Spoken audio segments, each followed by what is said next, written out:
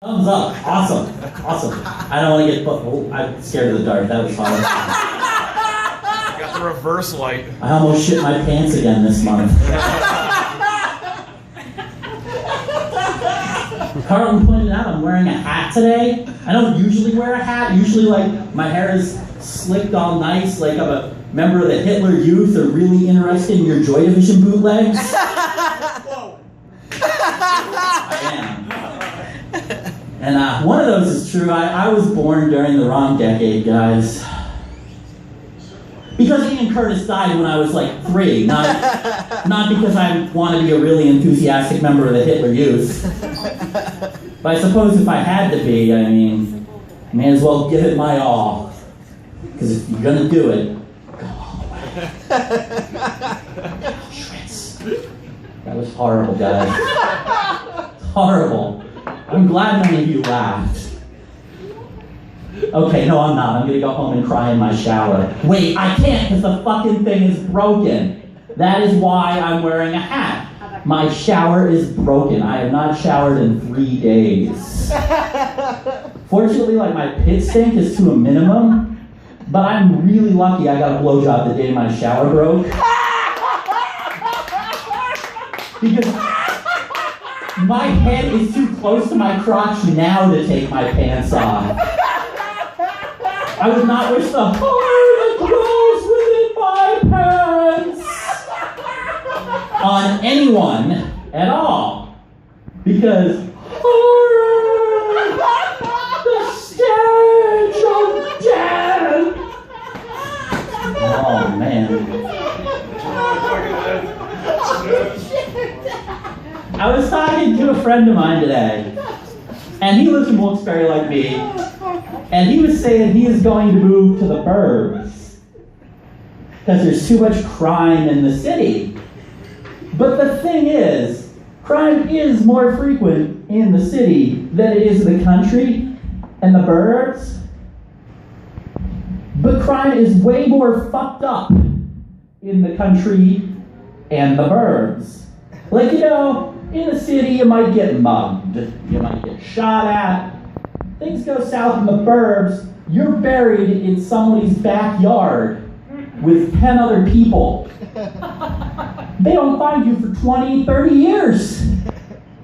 And they have to identify you by your teeth.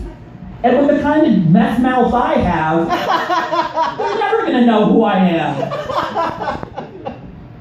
And if things go bad in the country, there's a guy, he's wearing your face as a mask, and he's doing awful things to your butt. I don't want to get specific here, but it's not a gentle little spanking like your mommy gave you. You'll probably be squealing like a pig. Squeal like a pig, boy. Oh man, I'm frequently broke. Like, I'm the kind of guy who has to go use the change machine at the bank pretty frequently. And I pour my change in my little baggie after I wait an hour and a half behind the person with the fucking water cooler jug. I pour my little baggie in. I get my slip for $3.82. And I go and I stand in line. And I see the cashier I'm kind of attracted to. I'm like, God, don't let me go there. Just let me admire her from a distance. I don't need her to know my financial status until she's at least made out with me. Because then it's too late. But sure enough, I end up there and I give her my little slip that says $3.82, and she's on. You have 82 cents in your bank account now. For those of you who are bad at math, that means I was at negative $3 in my bank account because I really needed that fucking Taco Bell. Or I was going to be hungry and bitchy at work all day.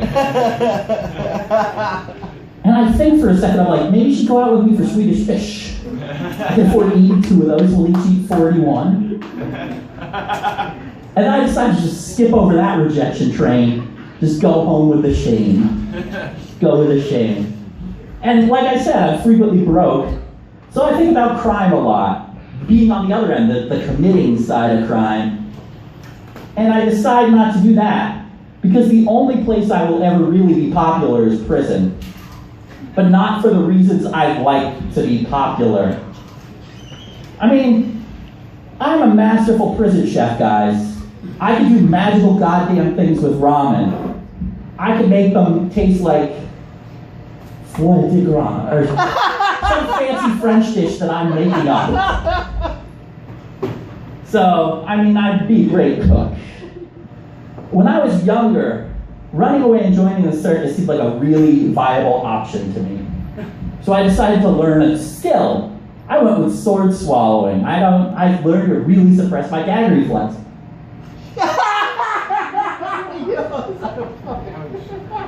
And I mean, guys, I know they aren't going to let me have swords in prison, but I'm sure my cellmate and I can find something to stick down my throat that'll keep one of us entertained.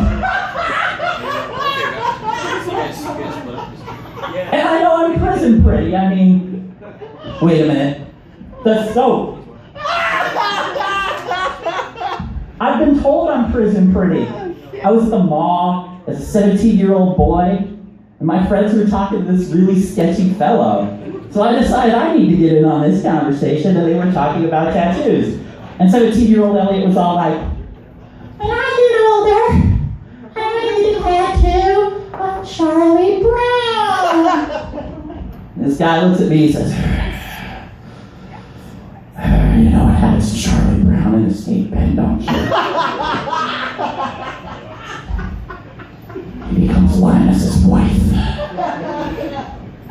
And I'm like, oh, this conversation's going well. I'm going to continue talking to this man.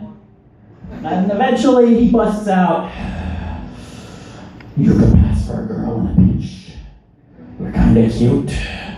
I wish I saw you when I was in the pen. And I was with friends who drove a van, and I ran to the van. That is the only time anyone has run to a van in that situation. Even if there is fruit candy, most people are smart enough to not go there. So yeah, I stay away from that, because like I said, prison's the only place I'll be popular. I've tried to be popular. I really did. In 3rd grade, I made a